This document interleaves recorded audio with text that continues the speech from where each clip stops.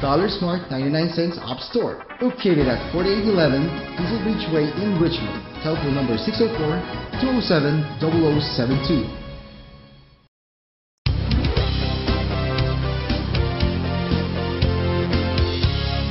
Come and meet our friendly staff on our two locations at 5581 Victoria Street and 4915 Main Street in Vancouver. Philippine News Canada is brought to you by Rayford Media Group.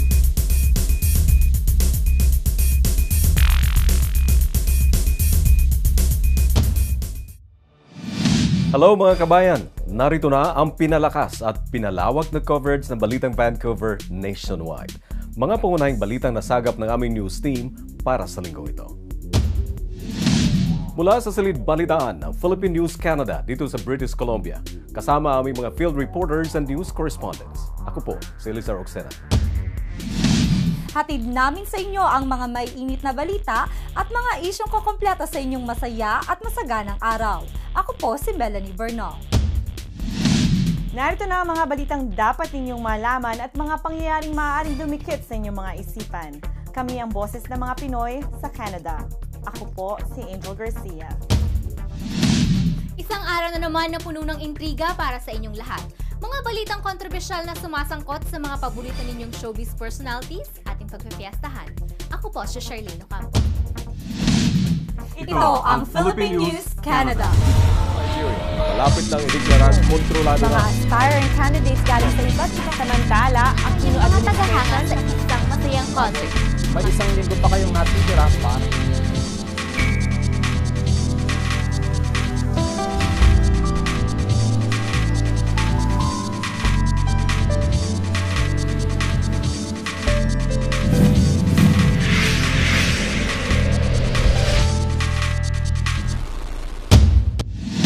Narito na ang mga pangunahing balita para sa linggong ito. Bilang ng mga namatay sa lindol sa Nepal patuloy na tumataas. Manny Pacquiao nabigo sa laban kay Mayweather. Pagbitay kay Mary Jane Veloso, kinansila. Nako Melay, nakakalungkot. Pero wala tayong magagawa. Oo nga. Talo pa rin si Manny Pacquiao. Oo nga. Pero kahit talo si Manny Pacquiao, para sa puso ng mga Pilipino, siya pa rin ang kampiyon. Oo nga eh. Panoorin natin ang mga naging kaganapan sa sagupaan ng dalawang kampiyon. Matapos ang tinaguriang The Fight of the Century noong nakaraang Sabado ng gabi, dismayado ang buong sambayan ng Pilipino dahil sa pagkabigo ng pambansang kamao na maiuwi ang korona para sa bansa. Panalo via unanimous decision ng tatlong mga hurado si Floyd Mayweather Jr. laban kay Manny Pacquiao matapos ang matinding bakbakan sa pagitan ng dalawang kampiyon. Dahil sa panalong ito ni Mayweather, muli niyang napatunayan sa buong mundo na siya pa rin ang pinakamagaling na boksingero sa kasalukuyan. Samantala, iba-iba naman ang naging reaksyon ng mga Pinoy sa pagkatalo ng kanilang idolo. May mga nanghihinayang, mayroon namang napikon, at ang iba naman ay hanggang ngayon hindi pa rin tanggap ang naging resulta ng nasabing laban. Ating balikan ang mga eksena sa nakakapigil hiningang bakbakang Floyd Mayweather at Manny Pacquiao na ginanap sa MGM Grand Garden Arena noong nakaraang Sabado. Tulad ng dating mga laban ni Pacquiao, ang mga kababayan natin ay todo sa paghahanda. Katulad ng isang grupo ng mga Pinoy dito sa lungsod ng Surrey sa British Columbia na talaga namang fiestahan ng dating sa paghahanda ng mga masasarap na pagkain. Sa kinaugalian, ipinakita na naman ng ating mga kababayan ang todo suporta sa pambansang kamao.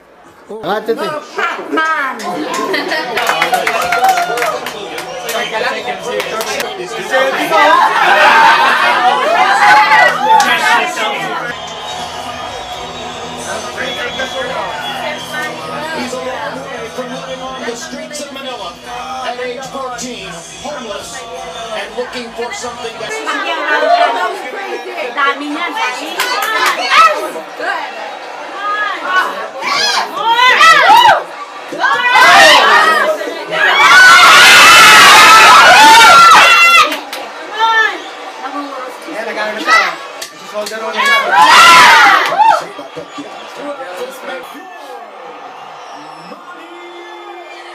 Oh my gosh!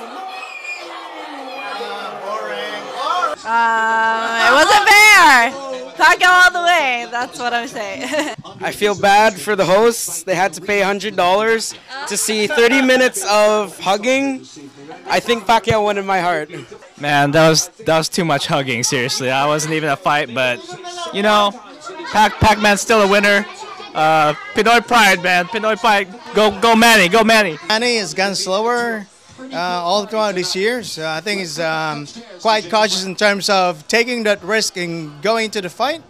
But Mayweather is quicker in the sense that he's running away and couldn't catch. You cannot punch a guy who's running away, right? So that's the way it goes. And Manny didn't take that much of risk of taking the chances of winning. Nagpapasalamat po ako sa may taas kay Lord na lahat po kayong taga Vancouver, Canada na nag-ipon-ipon.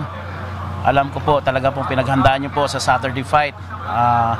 Maraming salamat po sa suporta niyo. Sana po kahit dito ma-enjoy man lang kayo sa mga misis namin. Maraming salamat po sa suporta niyo. Lahat po na Filipino community po sa Vancouver, Canada. Maraming salamat po sa inyo. Hindi po namin kaya to pag wala yung mga dasal, mga free year niyo. Tulungan niyo po kami magdasal na maipanalo nating laban na to. Good luck po sa inyo lahat dyan. Salamat, boy. Bati mo na rin yung mga Filipino community sa buong Canada, especially sa Vancouver. Binabati ko po lahat ng mga taga-Canada, lalong-lalo na sa mga Pilipino nandyan. Binabati ko po kayong lahat. And God bless po. Fight fans, here we go. 12 rounds of boxing. We have Abalitang Vancouver. Alright. And my left side corner, my former RP national team coach. Ray Fortaleza. Mga Vancouverites, kasama naman ngayon natin si Jerry Peñalosa, yung famous at former world champion. At naging coach niya rin ako during his amateur time. So Jerry, anong prediction natin sa Sabado? No doubt, Pacquiao by knockout. Sa mga kapatid ko dyan sa Canada, mga boxing fans, hindi natin maantay. Sabado na ho. Talagang hindi natin makatulog. Matagal nating inaantay. Ngayon, mangyayari na ngayong darating Sabado. Huwag tayong mag-alala dahil ang ating pambansang kamao nasa tamang kondisyon. Talagang pinaghandaan ng buong team. So, pinagtutulungan, mapaghandang ating pambansang kamao. Ngayon, nasa tamang kondisyon. So, huwag tayong mag-alala dahil palaban tayo. Balitang Vancouver, maraming salamat po. Sa lahat ng mga boxing fans, keep punching. Okay, thank you, Jerry. Vancouverites, we are here inside the Top Rank gym with the best coach in the world, Mr. Freddie Rhodes. Thank you. Well, my guy's very ready. He's in great shape. I think we're gonna win, and I see me outpoint him all night long because he's faster, stronger, and better puncher. It should be a fun fight. So, do you have any prediction or something? Well, I think we'll win decision, because Mayweather he's good defensively. So I plan on outpointing him. But if a knockout comes, that'll be a bonus. Okay. And the Filipino community in Canada and especially in Vancouver will be watching this before Manny's fight. So can you greet them, please? Yes, I have my Canadian friends. I'm from Prince Edward Island. Vancouver, yeah. Oh, you're a Canadian too? Yes. Oh, all right. So, Sir Freddie Rhodes, a Canadian. So, yeah, the Filipino community in Canada. So we're gonna beat this guy. Thank you very much. Okay, Senator Sani Angara, ano po unang prediction natin? Siyempre, Manny yan. Knockout, hopefully. Pero Manny yan, sigurado. Pakibati mo naman yung ating mga kababayan sa Canada, especially sa Vancouver. I want to greet all the Filipinos in Vancouver, Canada, especially Ray Fortaleza, and you please patronize, watch his show, Philippine News Canada. Yeah. Thank you. All right. Good morning, Vancouverites. We are here inside the Mandalay Bay, and we will do a short interview with the former mayor of Manila, and now at Congressman, Mr. Lito Atienza. Good morning, Ray. Good morning, mga kababayan natin sa Vancouver. Ako po'y bumabati sa inyo ng isang maligaya at mabunyi at punong-puno ng pag-asang mabuhay. Oh, sir, being the second father of Manny, so ano sa tingin niyo yung mangyayari sa Saturday? Ako'y talagang lubos na nagagalak at talagang masayang-masaya sapagkat narating na ni Manny ngayon yung kanyang inasam-asam. Sa simula't simula pa, pinanaginipan na ni Manny itong laban na ito. And he worked hard for it. And we were there supporting him all the way. And I'm very happy now that it's happening. It's soon to happen. And Manny, I have a strong feeling will win this fight. Para sa bayan, para sa Panginoon, at para sa atin lahat. Mapapanood nyo ito sa Philippine News Canada, sa kagandahan loob ng ating kaibigan ng Ray Fort Media Group sa pamumuno ng aking kaibigan din. At tiga Liberisa, tiga Malate, nakita ko rin lumaki ito, sinundan ko kanyang karir bilang isang Olympian, hinahangaan ko si Ray Fortaleza, isang kaibigan natin. Okay, thank you, sir. Laking pasasalamat ng pamilya ni Mary Jane Veloso at ng sambayanang Pilipino nang bigla na lamang magdesisyon ng gobyerno ng Indonesia na kanselahin na muna ang pagsasagawa sa kanyang hatol na pagbitay noong nakaraang Martes. Alamin natin ang naging dahilan kung bakit. Pagdadasal, yan ang naging susi para pansamantalang mapahinto sa nakatakdang pagsasakatuparan ng parusa kay Mary Jane Veloso ayon sa mga taong hindi nawalan ng pag-asa. Ito ang ipinahayag ng DFA o Department of Foreign Affairs sa Manila. Ilang minuto na lamang ang natitira noong nakaraang Miyerkules sa araw mismo ng pagpatay kay Mary Jane, biglang lumabas ang isang utos sa pansamantalang paghinto nito mula sa gobyerno ng Indonesia. Dahil dito, labis-labis ang pasasalamat ng kanyang pamilya at pati na rin ang buong sambayan ng Pilipino. Ayon kay Attorney Edre Olalia, ang naging dahilan ng pagkakasuspinde ay ang pagsuko ng recruiter ni Mary Jane na si Cristina Serio. Ayon pa kay Attorney Olalia, aantayin muna na matapos ang investigasyon sa nasabing recruiter at malaman ang buong katotohanan upang mapatunayan na kung nagkasala nga si Mary Jane. Panoorin natin ito. Pemerintah Filipina meminta kepada kita untuk menangguhkan pelaksanaan putusan Mary Jane. Karena Mary Jane diperlukan untuk mengungkapkan kasus human trafficking itu. Mary Jane diminta untuk memberikan keterangan dan testimoni. Inilah yang menyebabkan akhirnya kita menghormati proses hukum yang sedang dilaksanakan di Filipina, sehingga Mary Jane ditunda pelaksanaan eksekusi matinya. Mendikti pihak lain untuk berapa lama? Ke-8 terpidana mati yang sudah dieksekusi. Itu 4 diantaranya sesuai dengan permintaan terakhirnya dimakamkan di negaranya masing-masing.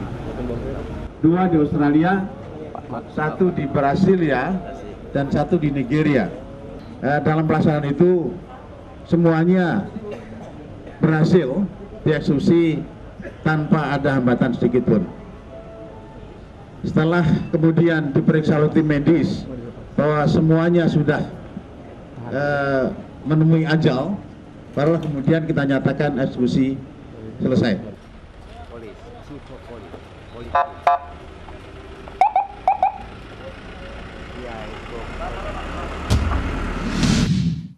Hanggang sa ngayon, tumataas pa rin ang bilang ng mga namatay sa lindol na nangyari sa bansang Nepal noong nakaraang linggo.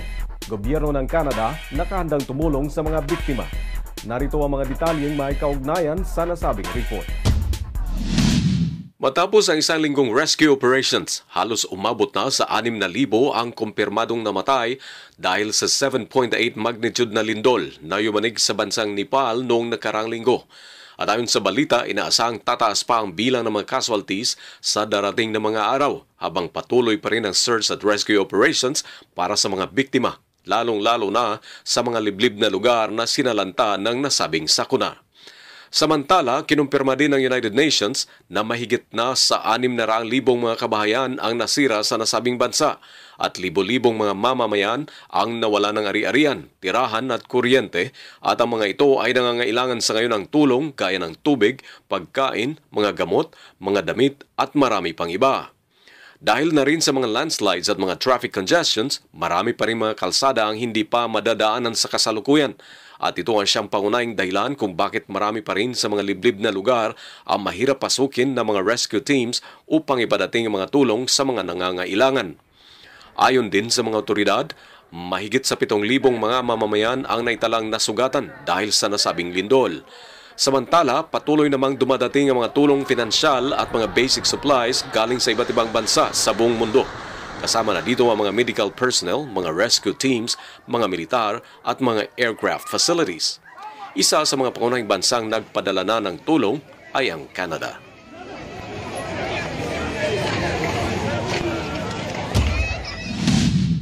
Bago pa dumating ang sagupaang Manny Pacquiao at Mayweather, marami na sa kanilang mga tagahanga ang nagpakita ng labis na pananabik sa laban na ito. Isa na dito ang mga nagpupunta sa local gym sa Richmond na Pack of Wild Dogs Boxing Club o POWD na kinabibilangan ng ating mga kababayan. Panoorin natin ito. Marami ang naghintay ng laban ni Manny Pacquiao at Mayweather. At syempre, solid pa rin ang mga Pilipino sa pagsuporta kay Manny. Isa na nga dito ay si Echo na nagtuturo sa mga kabataan ng boxing sa Pack of Wild Dogs Boxing Club sa Richmond, na kung saan marami ring mga Pilipino ang nagpupunta. Bago pa rin dumating ang laban na ito, nagkaroon tayo ng mga opinyon mula sa ating mga kababayan. Hello, my name is Enrico and I am one of the coaches here at Pack of Wild Dogs Boxing. We've been boxing for about 2 years now. Well, the club that I teach, but we're kind of branched off from another club, Pack of Wild Dogs Club. So yeah. Right now we have about 12 members, 12 adults, and about 6 kids. So we have a kids class in the morning and Saturday mornings, and adult class at Tuesday nights and Saturday afternoons. We do exhibitions sometimes. The main club has competitors, and we usually fight at the Cascades, Clash of the Cascades, which is a pro fights. None of my guys are fighting yet just because we're still kind of the beginner intermediate class, so we want to develop the ground basis, the fundamentals, and really get into that before we get into fighting, because fighting can get really serious if you're not really fully trained, right? So we have 3 programs. I teach 2 of the programs. We have a adult beginner intermediate class and a kids class, which is ages 8 to 15, and we do that Saturday mornings. This is huge. I mean, as you can tell, most of the guys that I teach are Filipino. We do have other races involved in our club, but yeah, most of our friends are Pacquiao fans, and we all kind of I guess adapted to, or we all fell in love with the sport because of how exciting Pacquiao is, and but it's so much more deep than that, right? Boxing is so much more deeper than just the aggressive, real fighter. But yeah, it's.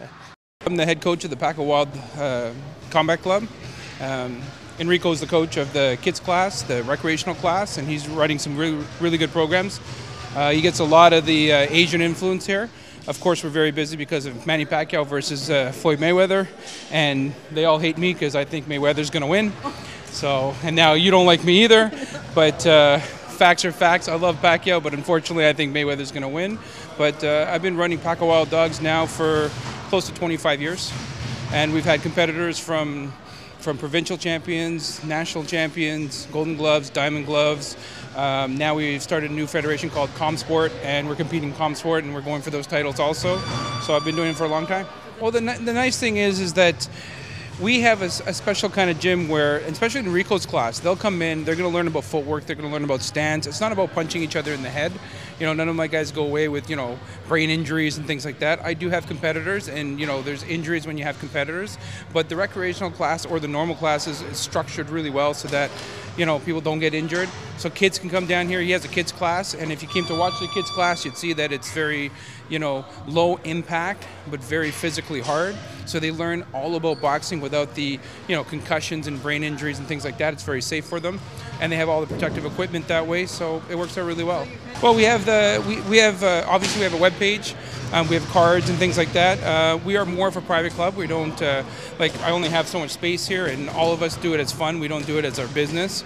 So we keep our numbers down a little bit. I only think I have 43 members all in all, and then usually that means 10 to 12 people a class. So, I could grow it larger, and, I know people want to come in, but I only have so much room. It's only so big. But yeah, we have a Pack of Wild Dogs webpage, and we have a Pack of Wild Dogs Facebook page, of course. And Enrico's in charge of the kids class for the Pack of Wild Dogs webpage also. There's a kids one. That's really, it's more word of mouth because I've been around for so long. And our reputation is fantastic when it comes to boxing and, making kids into champions. So they usually find me. I'm not sure how sometimes. Isang bayan para kay Pac-Man. Melay, pakinggan mo ito. Ang cute. Ano yun? Dear Mr. Dutton, can I stay at Australia, please? Ang cute naman. Sulat yun ng isang 10-year-old na may autism sa Australia. Sinulatan niya yung si Peter Dutton, Minister for Immigration and Border Protection. Ang cute naman. Pero bakit kaya? Panoorin natin ito. Isang nakakalungkot na liham ang isinulat at pinadala ng batang si Tyron kay Minister for Immigration and Border Protection ng Australia na si Peter Dutton. Sa liham na ito ay nakasaad ang kanyang pagmamakaawa na manatili sa bansa. Ito ang nilalaman ng kanyang sulat. Dear Mr. Dutton, can I stay in Australia please? Si Tyron ay naninirahan na sa Australia kasama ang kanyang ina na si Maria mula pa noong 2007. Sa kanilang pagnanais na manatili sa bansa, sila ay muling sumubok na makakuha ng visa, ngunit hindi na sila pinalad sa kadahilanang sila ay maaaring maging pabigat sa bansa. Sa ngayon, mayroon silang petition letter na may lagda ng mga tao na umaabot sa 120,000 na pinadala sa opisina ni Dutton sa pag-asa na mapagbigyan ng kahilingan ng kanyang anak na si Tyron na manatili sa bansa. Hello po sa inyo lahat. Nakikita naman sa aking likuran, napakaraming taong nakapila at excited na silang makita si Sarah Geronimo. Siyempre, kahit naman ako excited, di ba? Kailangan nila magpa-signature. Ibibigay namin sa inyo ang highlights. Just stay there. Isang araw bago ang concert ni Sarah, nagkaroon muna ng isang meet and greet para sa media at sa mga sponsors sa Mox's Bar and Grill sa Vancouver. Maraming salamat, Vancouver. It was such a wonderful experience coming back here to perform. We hope in future tours nariyan pa rin kayo to fill the seats, to share our joy, and to celebrate the Pinoy heart, to share the music, and syempre, the laughter. Hello, Vancouver! This is John Santos, and you are watching PNC, Philippine News Canada. Nagpapasalamat din po ako sa kanila kasi sinuportahan nila ako ng matagal. And nagpapasalamat din po ako sa kanila. Kundi po dahil sa kanila, wala po sana ako ngayon dito. At kundi dahil din po kay Ate Sarah, wala rin po sana ako dito. Thank you rin po sa mga popstars na tumulong din po sa akin. At saka po sa fans ko. Narito ako na lagi nang nakatingin sa mga ulap at bituin. Pang 12th year ko na po ito. So medyo matagal na rin na bago ko naidala yung show dito. But we are here now and I'm very happy that I'm back here to share this very special concert sa mga kababayan po natin dito sa Vancouver, dito sa Canada. So, itong concert na ito, basically, it's about my journey, my 10 years of journey in the business, ups and downs. Siyempre yung lugar, napakagandang lugar ng Vancouver. Naalala ko yung, siguro mga same season ba, spring din, hindi yata parang nagsusnow nung nandito kami eh. Pero natatandaan ko kung gaano kaganda yung green trees, yung mga bulaklak dito sa Vancouver. And syempre, yung pong mga kababayan natin na talagang very appreciative, as in sobrang warm po sila sa amin. Laging yan ang tanong pag every time I do a movie. Syempre, rom-com, parang they expect na kailan ba ako magkikissing scene, ganun. Ayoko kasi pong doon ibase yung proyekto eh. Kasi gusto ko ma-appreciate nila yung pelikula doon sa storya at kung paano namin gagampanan, di ba? Dapat doon i-gauge yung ganda ng pelikula, hindi doon sa, yun na, magkikisisi na siya. Yun. Hello, this is Sarah Geronimo and you're watching Philippine News Canada. Napakaganda ang araw na to dahil nandito sa British Columbia si Sarah Geronimo. At nandito tayo ngayon sa Massey Theater. Nakikita naman syempre empty siya pero mamaya punong-puno na yan sigurado. Ibibigay namin sa inyo ang highlights. Nandito po si Charlene Ocampo para sa Philippine News Canada.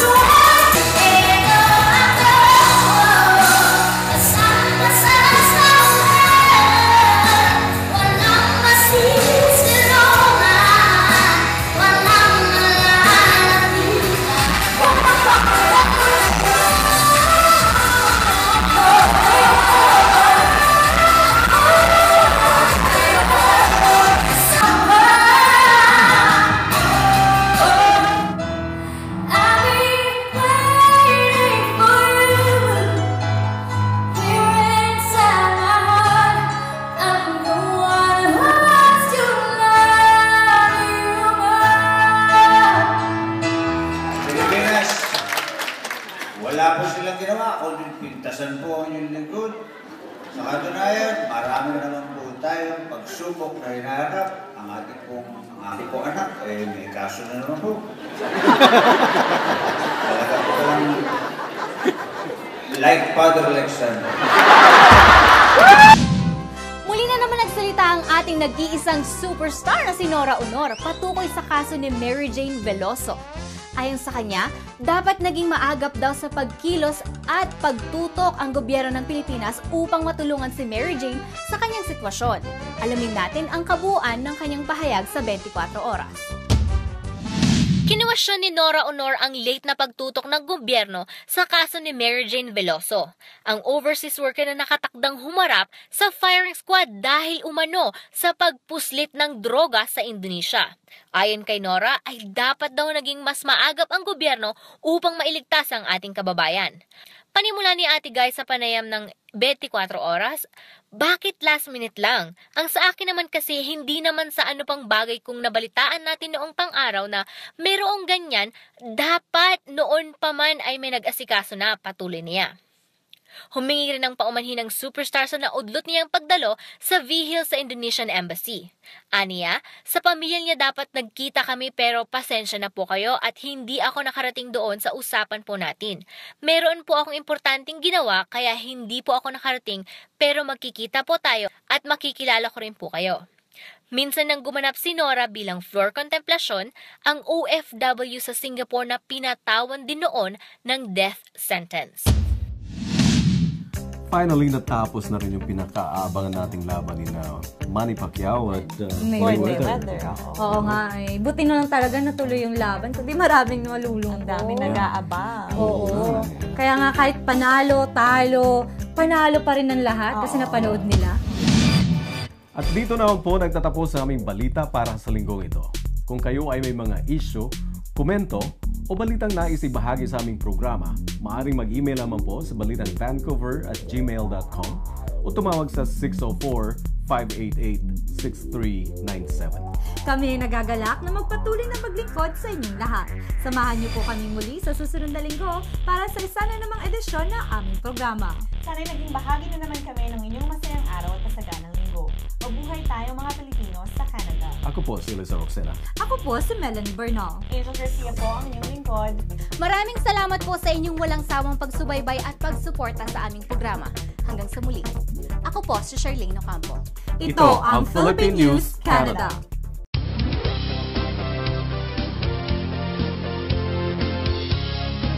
Come and meet our friendly staff on our two locations at 5581 Victoria Street and 4915 Main Street in Vancouver. Dollar Smart 99 cents App Store, located at 4811 Diesel Beach Way in Richmond. Telephone number 604-207-0072.